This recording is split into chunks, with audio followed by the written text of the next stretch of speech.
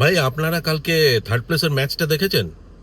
দেখেননি? খুব ভালো করেছেন। ওটা পুরো গট আপ, পুরো গট আপ। আমি আর্জেন্টিনার ফ্যান বলে বলছি না, আমি মেসির ফ্যান বলে বলছি না। আপনাদের মনে হয়নি এটা পুরো গট আপ কেস? 10টা গোল হয়? এইভাবে একটা গোটের পেছনে লাগবি তোরা? মানে পুরো ডিল করেছে ইংল্যান্ড আর ফ্রান্স। এমবাপ্পেকে বলেছে যে ভাই তোকে 2টো গোল করতে দেবো, তুই গোল্ডেন বুট পেয়ে যাবি, আর তোরা সোনা পেয়ে যাবি, আমরা কিছু পাচ্ছি না, আমাদেরকে ব্রোঞ্জটা দে। ফ্রান্সও ছেড়ে দিয়েছে। আর ডেস ক্যাম্পের লাস্ট ম্যাচ, ও দেখছে ওকে আর কি বলবো, ওকে আর দিয়ে কি হবে। এমবাপ্পেও দেখলো আমি ভাই গোল্ডেন বুটটা পাই। আরেকটা জিনিস লক্ষ্য করেছেন? কেনকে নামায়নি, বেলিংহ্যামকে নামায়নি কেন? ওরা তাও এমবাপ্পের কাছাকাছি ছিল, বুঝতে পেরেছেন? ওদেরকে নামায়নি, একদম পুরো গট আপ। ওদেরকে নামায়নি, ওরা যদি আবার ভুল করে 6টার মধ্যে দুটো দুটো গোল করে দিত, উল্টে এমবাপ্পে আবার কেস খেয়ে যেত।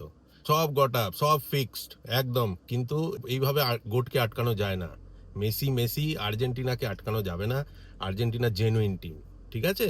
মেসি যদি পরের ওয়ার্ল্ড কাপটাও খেলে না, তাহলে জানবেন আমাদের ভগবানের অশেষ কৃপা যে আমরা মেসিকে আরো একটা ওয়ার্ল্ড কাপে দেখতে পাচ্ছি। ভাই এইভাবে মেসিকে আটকানো যায় না। মেসি গোটই আছে।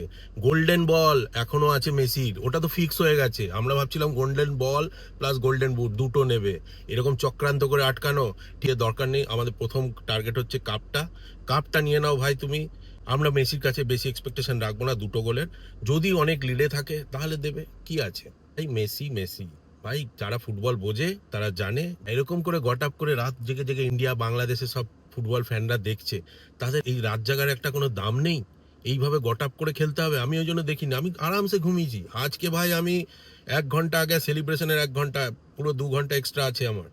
1 ঘন্টা আগে প্রি সেলিব্রেশন, 1 ঘন্টা ম্যাচের শেষে সেলিব্রেশন। একদম পাক্কা। Vamos Argentina.